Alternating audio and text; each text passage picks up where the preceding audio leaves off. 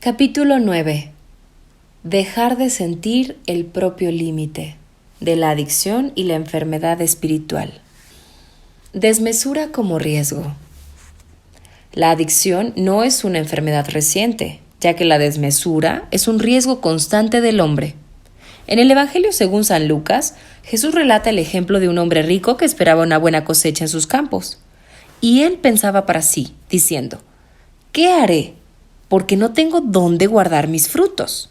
Finalmente dice: esto haré, derribaré mis graneros y los edificaré mayores, y allí guardaré todos mis frutos y mis bienes, y diré a mi alma: alma, muchos bienes tienes guardados para muchos años, repósate, come, bebe, regocíjate.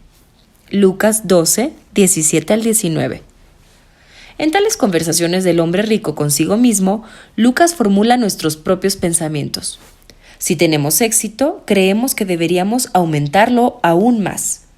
El hombre rico representa a las personas que no tienen medida, que nunca obtienen lo suficiente.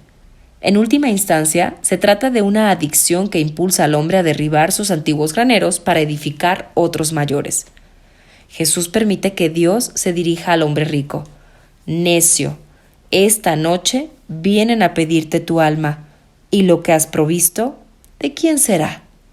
Lucas 12, 20. El hombre creía que podía aumentar infinitamente sus bienes y finalmente disfrutar la vida. El hombre es responsable por el trastorno adictivo.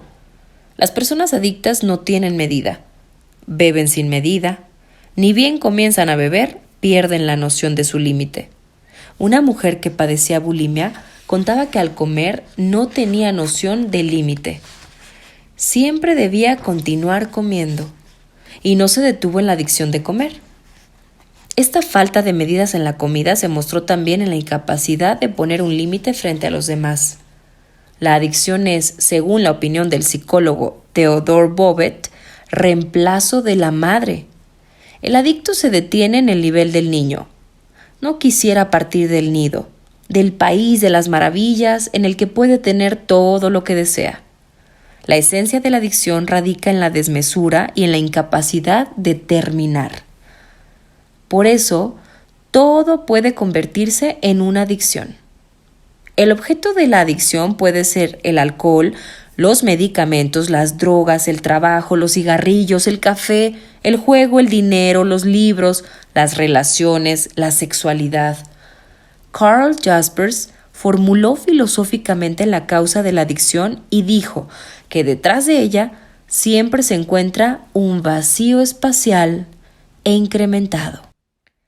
Carl Jaspers formuló filosóficamente la causa de la adicción y dijo que detrás de ella siempre se encuentra un vacío especial e incrementado. Con frecuencia es la falta de experiencia de protección de la madre, de manera tal que el psicoterapeuta húngaro Leopold Sondy, fundador del análisis del destino, denomina la adicción prótesis permanente de la madre que ha defraudado. Muchas veces, un adicto ha experimentado protección de la madre en su infancia, pero no logró dar el paso para salir de esa protección e introducirse en la realidad de un mundo que no satisface todos los deseos. Susceptibilidad y dependencia. Personas susceptibles a los trastornos adictivos son principalmente aquellas que poseen una elevada sensibilidad frente a los sentimientos desagradables y una reducida tolerancia a la frustración. Ambas cualidades muestran la incapacidad de delimitarse. Los adictos son inundados de sentimientos negativos. No pueden delimitarse hacia adentro frente a esos sentimientos y por lo tanto también son incapaces de delimitarse hacia afuera. Una característica de la adicción es la dependencia. Ya no se puede estar sin el alcohol, la comida, el trabajo. En última instancia, la adicción es siempre un anhelo reprimido. El hombre anhela protección y amor absolutos. El adicto espera de cosas exteriores la satisfacción de su deseo. Para ello necesita cada vez más dinero, cada vez más drogas, cada vez más dedicación. Pero ni el dinero, ni el éxito, ni la confirmación pueden satisfacer el deseo de amor. El adicto, por lo tanto, nunca está satisfecho. Es cierto lo que dijera cierta vez André Gide: lo terrible es que uno nunca se puede emborrachar bastante. Tan peligrosas como las adicciones materiales que llevan a la dependencia del alcohol o los medicamentos son las llamadas adicciones no materiales, como la adicción al juego, la adicción al trabajo, la adicción de relación, la ambición desmedida, la adicción al sexo. La adicción al trabajo actualmente llega a ser incluso retribuida. Se cree que los adictos al trabajo son especialmente aplicados y por ende serían de gran utilidad para la empresa. Si bien el adicto al trabajo trabaja mucho, poco se logra con su tarea. Dado que él necesita el trabajo, no puede delegar e inclusive tapona su tiempo libre con trabajo. No puede soportarse a sí mismo en su medianía. Él demuestra su valor a través del trabajo y se esconde tras él. Pero por no tener distancia frente al trabajo, no es creativo ni innovador. Él se aferra a su trabajo porque lo necesita, como una coraza con la cual protegerse de los cuestionamientos y las críticas. En su adicción al trabajo, ya no percibe los límites de su capacidad de carga. En algún momento, su cuerpo se revela. Los adictos al trabajo padecen del síndrome del burnout. Se sienten agotados o vacíos, o padecen de trastornos cardíacos circulatorios. Quien quiere rendir cada vez más resbala en una incapacidad crónica de su actividad. Quisiera rendir, pero simplemente ya es imposible. El cansancio, la falta de empuje y el desgano son la reacción saludable de su psiquis frente a la necesidad exagerada de actividad.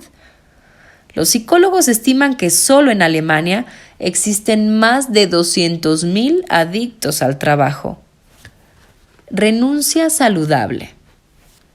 Un empleado bancario me contó cuánto le molestaba la desmesura con que especialmente las personas jóvenes desean obtener ganancias en la bolsa. Ellas creen que pueden adquirir una acción por la mañana y venderla por la noche al doble de precio. Allí surge una verdadera adicción.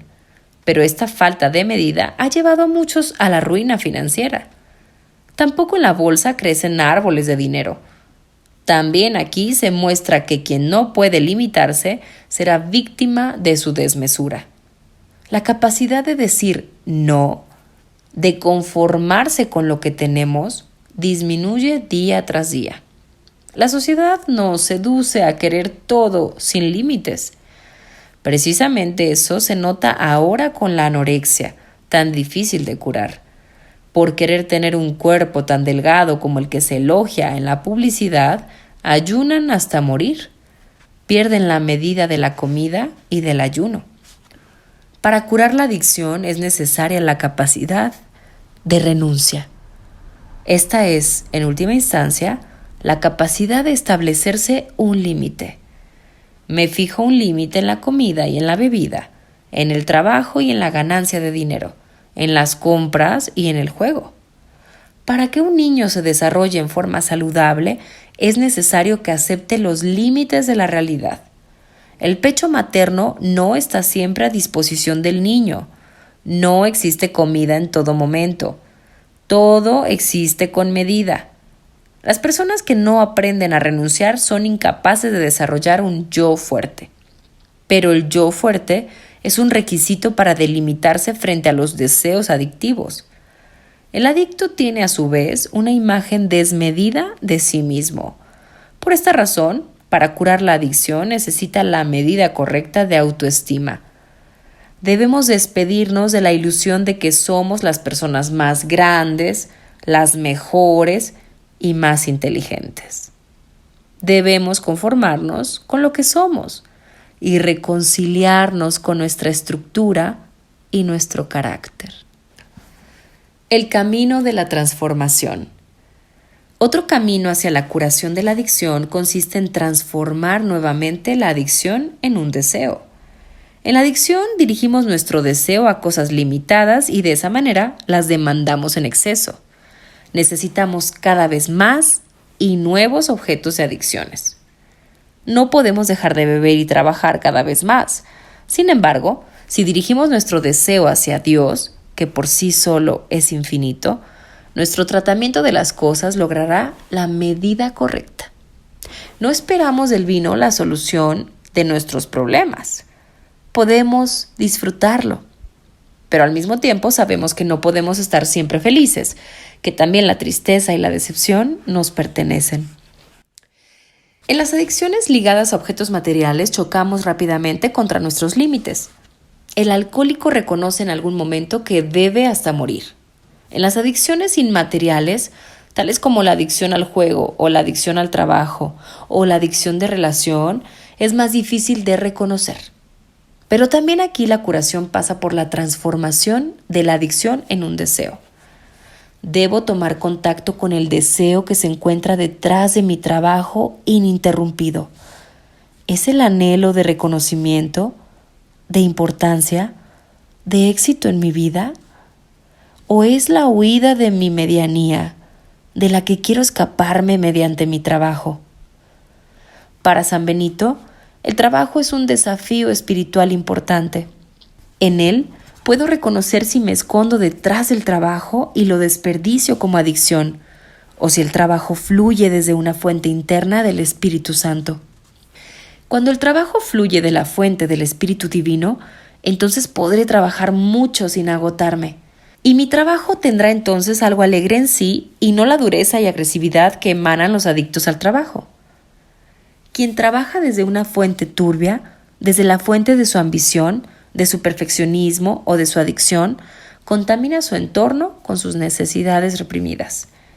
Si observo mis sentimientos en mi cuerpo durante el trabajo, podré reconocer a partir de qué fuente trabajo. San Benito considera que el trabajo está limitado siempre por la oración y la meditación, por el ocio y las comidas conjuntas. El orden del día que San Benito esbozó para los monjes otorga la medida justa a cada una de las distintas necesidades. El límite exterior impuesto al trabajo le otorga orden al monje. Quien nunca puede cesar de trabajar muestra que ha perdido la medida para sí. En algún momento, su cuerpo fallará y le obligará a aceptar su límite. Pero también esto les resulta difícil a muchos. Ellos creen que deberían impulsar a su cuerpo sin medida para que pueda rendir la cuota de trabajo deseada. A más tardar la muerte nos fijará un límite. Así lo debió aprender el hombre en la parábola de Jesús. En la misma noche, Dios le reclamó su vida. Toda su planificación fue en vano. Percepción perdida. No solo las personas con trastornos adictivos han perdido la percepción del propio límite, sino también aquellos con tendencias psicóticas. Por ejemplo, un hombre que padece de esquizofrenia. Durante mucho tiempo todo va bien. Él celebra una fiesta con familiares y amigos y habla normal y razonablemente con los invitados. Pero de pronto le resulta demasiado. La madre nota que él ha traspasado su medida. Lo lleva a un lado y quiere abandonar con él la fiesta. Pero él considera que está tan amena que debería quedarse más tiempo. Sin embargo, si se queda más tiempo, sufrirá otra vez un brote psicótico. Su enfermedad consiste justamente en no conocer su propio límite. Solo puede mantener el contacto con los demás durante un tiempo. Luego se desintegra interiormente. Él mismo no nota cuándo deja de sentarle bien estar con la gente. No percibe cuándo sería conveniente que estuviera solo. Una falta de límites de esta naturaleza es también una característica típica de la manía. Cuando las personas maníaco-depresivas entran en su fase maníaca, pierden toda noción de medida. Entonces se encargan cantidades enormes de materiales a las empresas que en realidad no necesitan o que inclusive tampoco pueden pagar. Trabajan sin medida. Ya no necesitan dormir. Están lúcidas y creen que podrían trabajar durante las 24 horas. Tales maníacos pueden sobresaltar a su entorno. Siempre hay que calcular que harán algo que los ponga en graves aprietos, pero ellos creen tener el control de todo. A veces la manía también se muestra en una catarata infinita de palabras. Uno tiene la sensación de que hablan sin respirar. De cualquier forma, uno no tiene la posibilidad de intercalar algo. Hablan en forma ininterrumpida y no permiten que los demás se expresen. A veces llegan al acompañamiento este tipo de personas sin límites. Ellas no tienen percepción de la situación en una conversación de acompañamiento. Después de hablar sobre sí mismas en un interminable monólogo, de pronto cambian de rol y juegan al terapeuta del acompañante. Le preguntan cómo le va. Le dicen que está muy pálido o se le acercan demasiado físicamente. Traspasan su límite. Para el acompañante, esas conversaciones son muy desagradables. Las personas sin límites provocan que debamos cuidar especialmente nuestros límites. De lo contrario, tenemos la impresión de perdernos nosotros mismos. Pero muchas veces es necesaria gran energía frente a una persona sin límites para poder defender el propio. Los acompañantes se dejan cubrir por el aluvión de palabras del otro y no ven posibilidad alguna de señalar su propio tiempo limitado. Les molesta haber hablado más tiempo con el paciente del que les hace bien. Algunas personas logran, una vez que el acompañante quiere concluir el diálogo, comenzar el auténtico problema importante. La conversación se extendió más bien indolente hasta este punto. Pero ni bien perciben que el tiempo del diálogo culminó, comienzan a llorar amargamente y le hacen prácticamente imposible al acompañante terminar la sesión. Es necesaria una buena percepción del propio límite para mantenerse consecuente y vigilar el propio límite de tiempo. El éxito de muchos talk shows televisivos, en los cuales las personas muestran lo más íntimo de ellas ante millones de televidentes, indica que hoy en día muchos han perdido la sana percepción de los propios límites y que esta pérdida no aparece solo en las personas enfermas, sino que se trata de un problema social.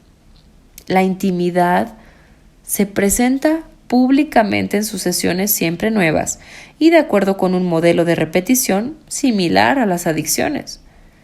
Los conductores extraen de sus invitados, en lo posible, mucho de su vida privada. Lo privado es, como ya lo indica su significado, algo apartado, reservado, delimitado.